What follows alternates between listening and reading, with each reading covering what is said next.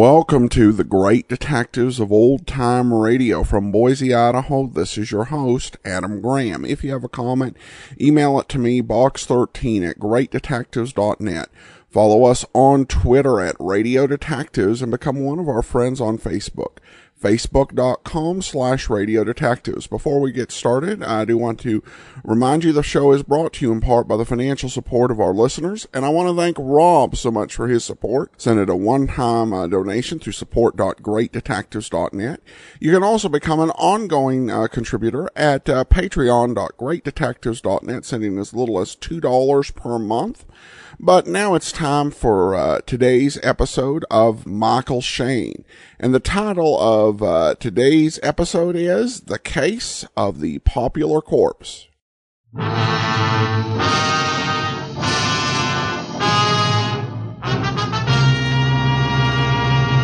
hat was on the ground by the edge of the river. There were a few bloodstains here and there, that was all. I had a hunch I'd seen the last of June Lawson. Then I heard a faint noise behind me. Somebody was cocking a revolver. And I knew without turning around the gun was pointing at my spine, that any second it was going to go off.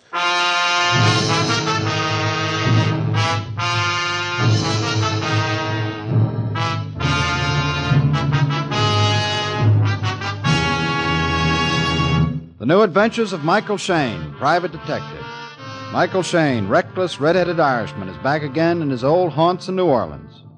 This is your director, Bill Russo, inviting you to listen to another transcribed episode which we call The Case of the Popular Corpse.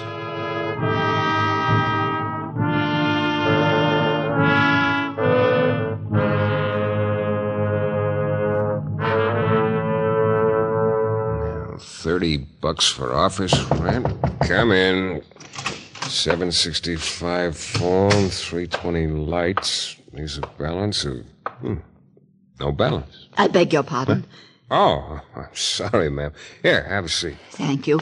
I hope I'm not disturbing you. No, I was just balancing my books. It's a job for a tightrope walker. Oh, what's on your mind, Mrs. Miss Clarissa Howard. Miss Howard. Mr. Shayne, I want you to find my niece for me. June Lawson. I'm turning to you as a last resort. Oh? I haven't wanted anyone to know, so I've been making excuses to them all about June's whereabouts. You see, it's a rather painful matter for me to discuss. What do you mean? Well, the plain fact is, Mr. Shayne, my niece ran away from home a month ago. I see. Oh, I suppose it was my fault, really. I should have made more of an attempt to understand her, but... Well, there's quite a difference between 55 and 29. More than just the years. Yeah. And that's made being her guardian a little difficult sometimes. You think June's here in New Orleans? I'm positive of it. You see, Mr. Shayne, June and I lived out in the country about 40 miles, near La Place. Oh, here's the address. I still live there, but a month ago she just left. Shortly afterward, I got a note from her. She wrote that if any mail came for her, to forward it care of General Delivery here. Her note was written on Donna Hotel stationery. Mm-hmm. Oh, and here's a snapshot of her. Yeah. Very pretty girl, Miss Howard. Oh, yes, indeed. Oh, you don't have any idea where she'd be? Anything might help me find her. Well, she was fond of music and nightclubs. Oh, that's not much help. Yes, I know, but it's all I can offer, I'm afraid.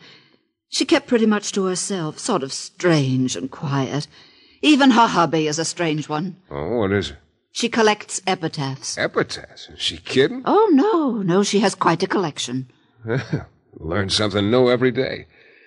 Well, I can't guarantee anything, Miss Howard, but I will try to locate June Lawson. Oh, please do, Mr. Shayne. There's another thing. I'm not an alarmist, Mr. Shayne, but I'm a little worried about June. What do you mean? Well, I might as well tell you that she has some enemies. Oh? Yes, one in particular. A man named... Yeah? But that doesn't matter. I'm sure if we could just get her to come back home, she'll be safe and everything will be all right, and I'll be a very happy woman. Well, look, I'll do everything I can, Miss Howard, and I'll keep in touch with you.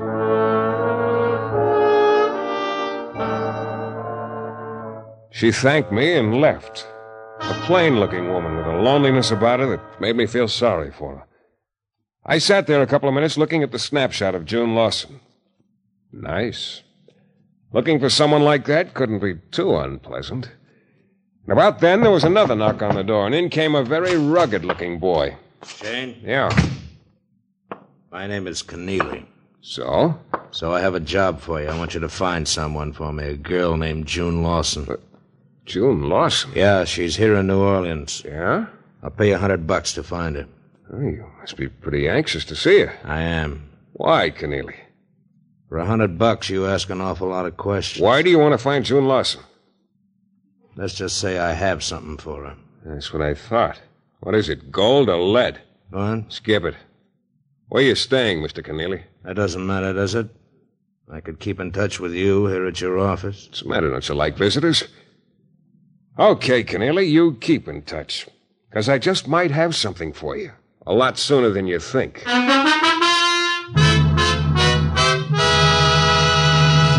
In a moment, we'll return to the new adventures of Michael Shayne and the case of the popular corpse.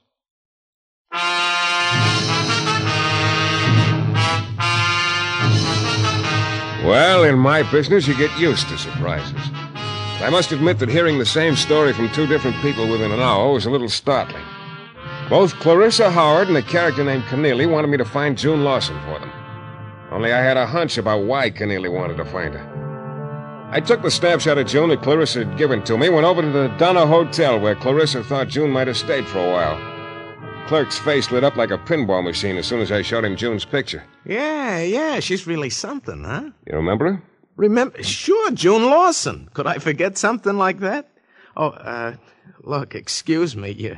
You her boyfriend or something? No. Oh, yeah, she was a real looker.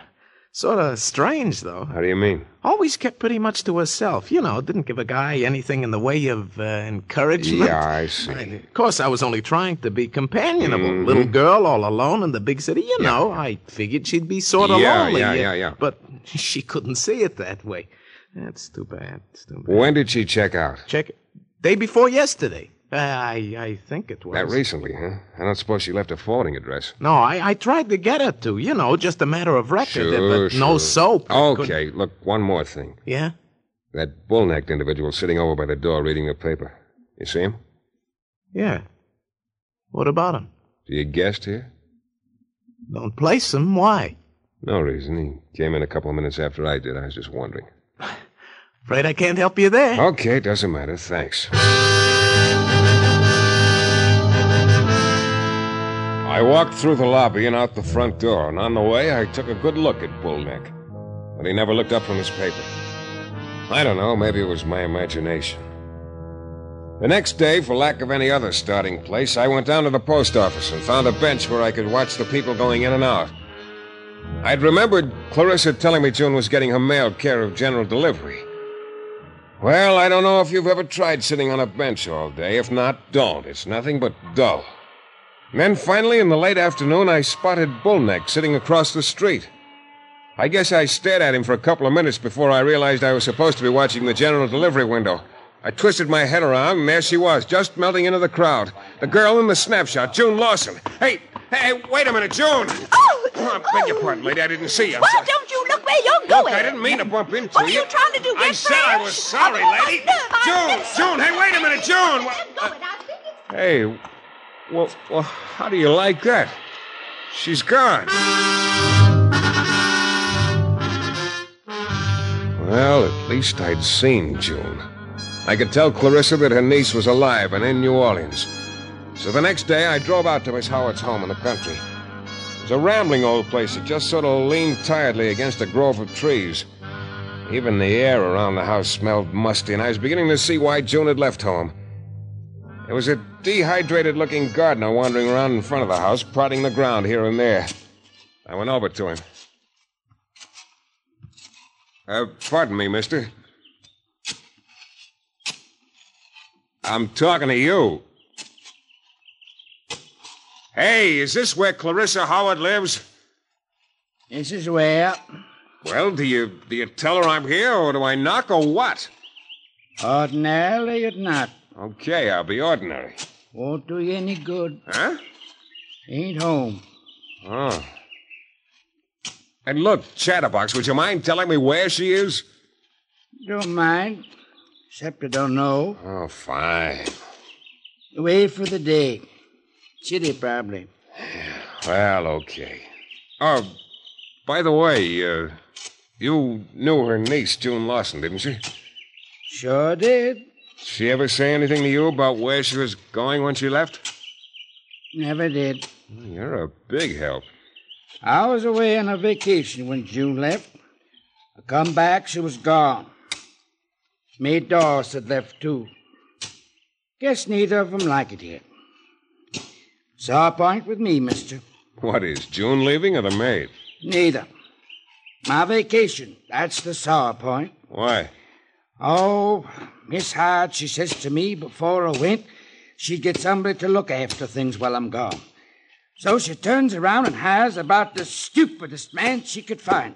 Huh? I don't know who he was, and it's just as well. Now, take it easy, Why, Papa. the dumb bunny messed up all my work. All right, easy. All of it. Didn't do anything right. Yeah. Couldn't even mow a lawn. Yeah, no. Even cultivated around my prize camellias. Think of that. What do you Now, know? any plain ordinary fool knows better than to cultivate around camellias. Of course. Why, just thinking about it gets me easy, so... Pop, easy. Why, if I ever get my Now, look, hands... Pop, up- unwind. I haven't the time. I'll see you later.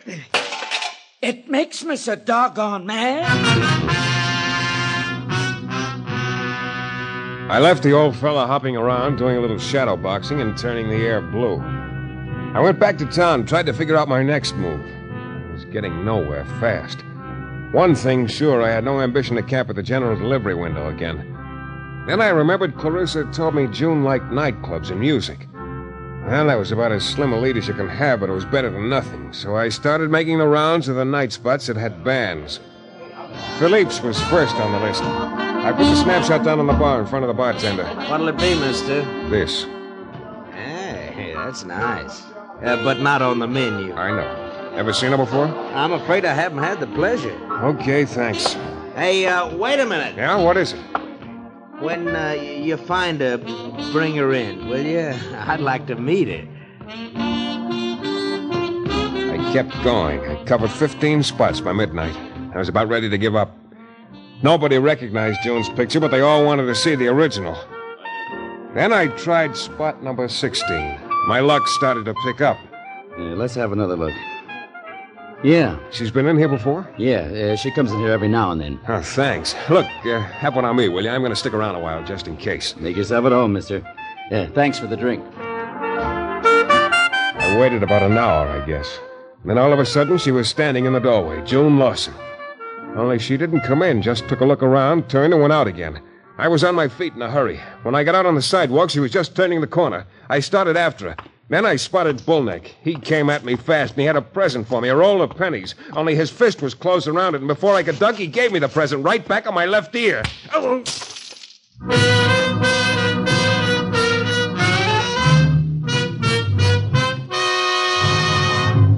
In a moment, we'll return to the new adventures of Michael Shayne and the case of the popular corpse.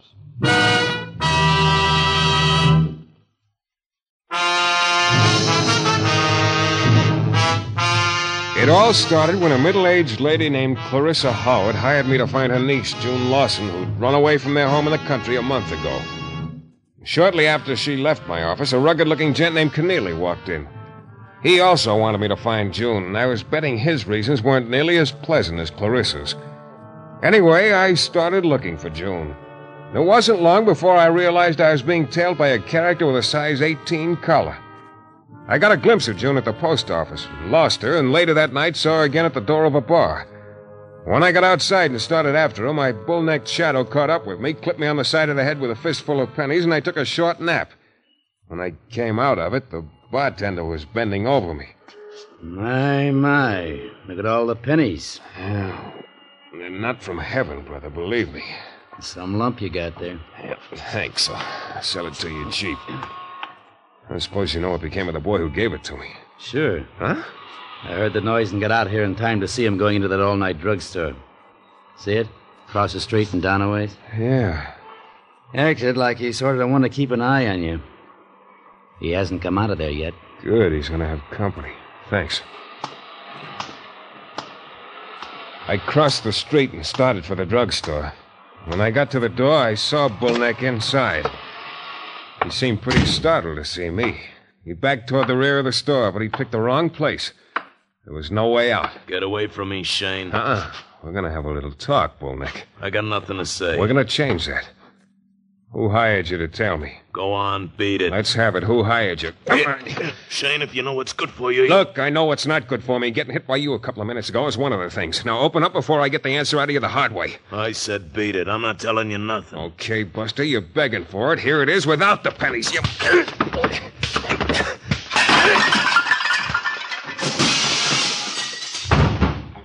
All right, come on, champ.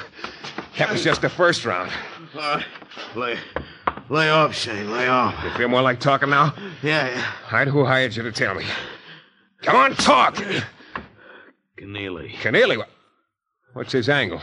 I don't know. Come on, Bullneck, open up or we'll go round and round again. I'm giving it to you straight. I tell you, I don't know. Keneally hired me. That's all I know. Keneally hired me. Okay. I think maybe you better retire from active service, though, as of right now. Well, I was no nearer finding June than before. But squaring with Bullneck for the lump on my head made me feel a little better about things. I went back to my office, and I was pretty sure I'd seen the last of Bullneck and the boy who hired him, Keneally. But that just shows how wrong you can be. When I opened my office door, there was Keneally sitting behind my desk. Hello, Shayne. You found June Lawson yet? What are you doing here, Keneally? Asking you if you found June Lawson yet. Look, you know if I found her yet or not. That Bullneck baboon of yours has been keeping you posted. I don't know what you're talking about. No, of course not. Now listen, Keneally, I know why you want to find June. I'm not going to be a party to it. You'll never find her through me. I've told Bullneck to lay off, and I'm telling you. Now get out.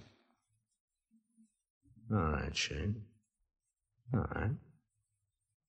But you haven't seen the last of me. That's a promise from me to you.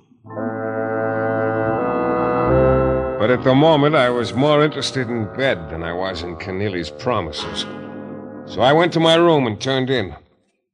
The next morning, I decided I'd better try again to see Clarissa so I could report to her, but she saved me the trouble. She was waiting for me at my office. Good morning, Mr. Shayne. I understand you came out to the house yesterday. Yes. I'm sorry I missed you. Have you found out anything yet? Well, I can't tell you where June is yet. Oh, I see. She's alive. She is, you're sure? I gotten a couple of glimpses of her. Oh, Mr. Shayne, that's wonderful. You don't know how happy I am to hear that. What a relief it is. You said June had an enemy. You started to name him, and then you stopped. Well, I thought it best not to say any more about it. I think we better. Is his name Keneally? Keneally? Is it? Yes, Mr. Shayne. I think you better tell me why he's looking for her, Miss Howard. Yes, I suppose I had. You see, Mr. Shayne, I've acted in a sense as June's guardian for some time. The periodic sums of money in her inheritance have always been paid to me. I regulated her finances. But for the last year, I received no money from the estate at all up north. June told me the inheritance had all been paid. You found out differently? Yes. June finally confessed that she'd been intercepting the money to pay Keneally. Blackmail? Yes. She wouldn't tell me why. Well, cheer up, Miss Howard. We're not licked yet. I must admit I'm fresh out of Leeds. Is there anything you forgot to tell me about her that might help? No, I can't think of anything. Wait a minute. You did tell me something that might help. You said June's hobby was collecting epitaphs.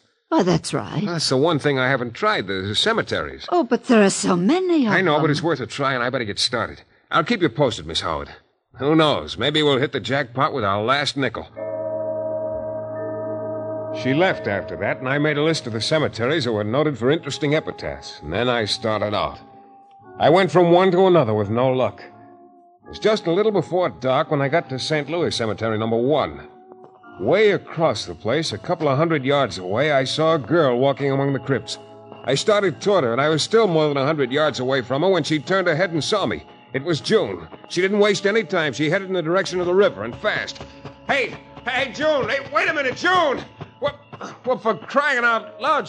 She's gone. Here we go again. I kept going toward the river, because I knew she'd have to be around there somewhere. It was getting pretty dark now. Finally, I got to the bushes near the bank and parted them. And I stopped. Her hat was on the ground by the river's edge, and there were a few bloodstains here and there, and that was all. I had a hunch I'd seen the last of June Lawson. Then I heard a faint noise behind me.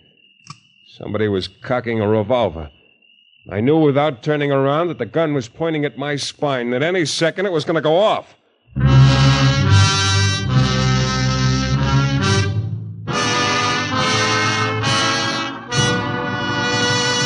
In a moment, we'll be back with a thrilling climax to tonight's Michael Shayne adventure.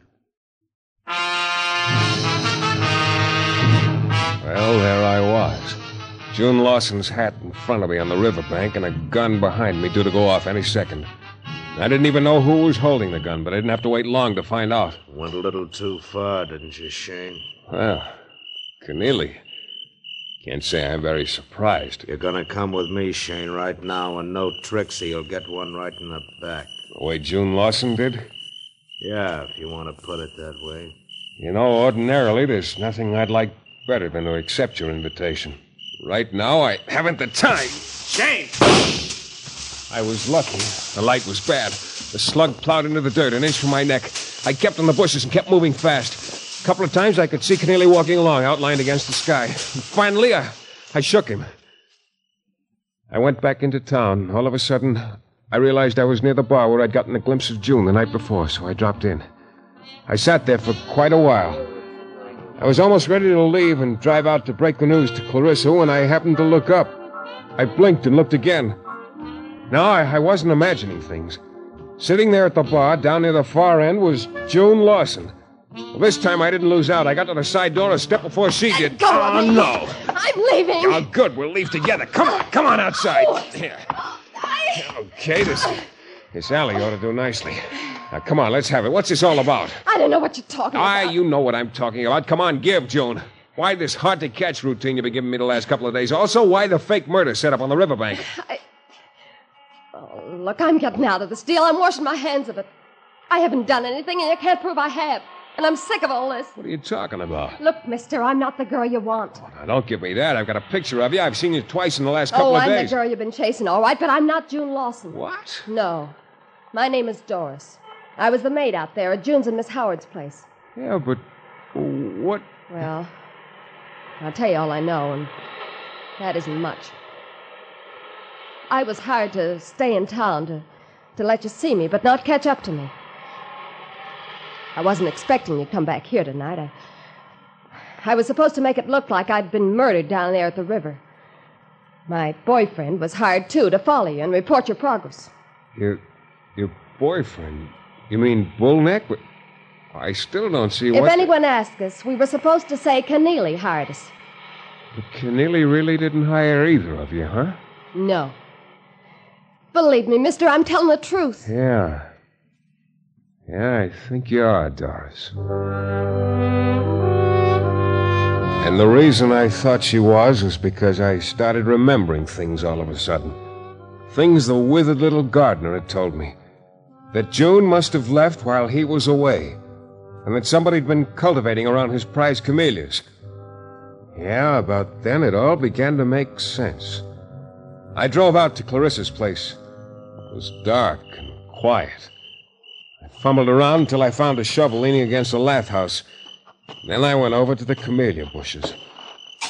I started to dig. The ground was soft and wasn't from rain. I had a pretty strong hunch what I'd find. 2 feet down, and I stopped. Wasn't a pretty sight. Only I didn't have much time to brood about it. Good evening, Mr. Shayne. Clarissa. Yes. Kindly do not move. I have a gun. So, you've discovered my dear departed niece's resting place. Very clever of you. You killed the real June Lawson a month ago. It will be a month tomorrow. Very convenient of you to have dug your own grave, Mr. Shayne. Grave? Yes. You will rest in peace beside June there.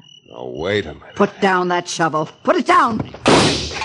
Come on now. Let's have the gun. Let's have it. That's better. Drop the gun, Shayne. Keneally. Yeah, Keneally. Now, look. You won't get away this time, Shayne. No, you, Clarissa. I don't know what you're talking about, Mr. Now, Keneally. look, if you'll let me get a word in You here... haven't time for many more words, Shayne. You killed my cousin. That's why you're going to die, too. Your cousin? Yeah, June Lawson. June, but... A little while ago, down on the riverbank. I missed you then. I won't miss you now. Look, you got it all wrong. Clarissa hired me... Yes, I know Clarissa hired you to kill June. I know all about Clarissa. I tell you, I don't know what You've been stealing the money from June for 2 years, Clarissa, from the estate. I became suspicious. Came here to investigate. So that's the motive, Clarissa. June found out you were taking her dough, confronted you, and you answered all her questions permanently. Don't try to get out of it, Shayne. Clarissa hired you to kill June. Now, look, this is straight. I had nothing to do with it. Clarissa killed June. You came to New Orleans to investigate, and when she found out you were coming to see me, she got to me first to discredit you. She hired the maid to pose as June. No good. Oh, can't you get it through your head that Clarissa killed June a month ago? What are you talking about? Look, this hole in the ground behind me. Look. He looked for quite a while. And Clarissa started to edge away, but not soon enough. Keneally turned on her, and his face was white, but his gun didn't waver. It was pointed right at her head. There was only one thing I could do, dive at him. It was a dead heat. Just as I hit him, the gun went off. A slug hit the tree beside Clarissa, and by that time I had the gun turned toward the ground. I kept twisting, and suddenly his hand went limp. I had the gun. He just sort of sagged in. Shock, I guess. I knew then that I could persuade him to let the law take its course with Clarissa. Well, that's just about that. Except the way I look at it, I'm still in danger. Just as much as ever. No, not from Bullneck. I haven't seen him since. Not Keneally. He's pretty grateful I stopped him from killing Clarissa. No, it's that gardener of Clarissa's I'm worried about. He's still looking for me on account of what I did to those prize camellias of his that night.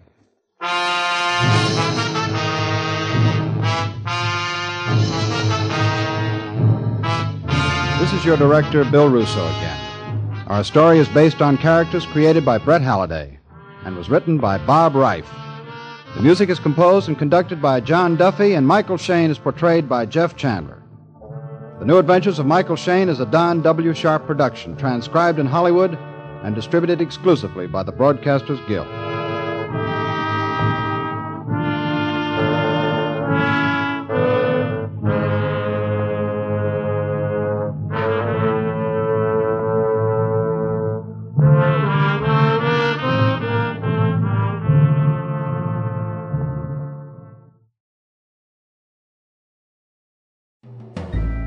This is Andrea J. Graham, author of the Web Surfer series. Oh, and a Madam's Wife.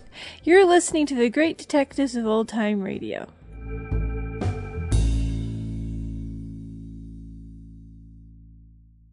Welcome back. Well, a pretty good twist. And it did setting us up with William Conrad apparently playing a heavy. And when he's doing that sort of voice and that sort of performance, it's kind of hard to believe that he's not actually the villain of the piece. Well, we turn now to listener comments and feedback, and Michael emails in, I really like your comments and commentary on each episode. How much longer will we be listening to Jeff Chandler as Michael Shayne? Good question, Michael. I figure we should finish up Jeff Chandler in the New Adventures of Michael Shayne about mid-October. And then we have, there was another Michael Shayne series, but there's only one episode. And then we'll get into Nightbeat. Thanks so much for the question. All right, well, that will do it for today. Join us back here tomorrow for the lineup. And then next Monday, another episode of Michael Shayne. In the meanwhile, send your comments to box13 at greatdetectives.net. Follow us on Twitter at Radio Detectives, and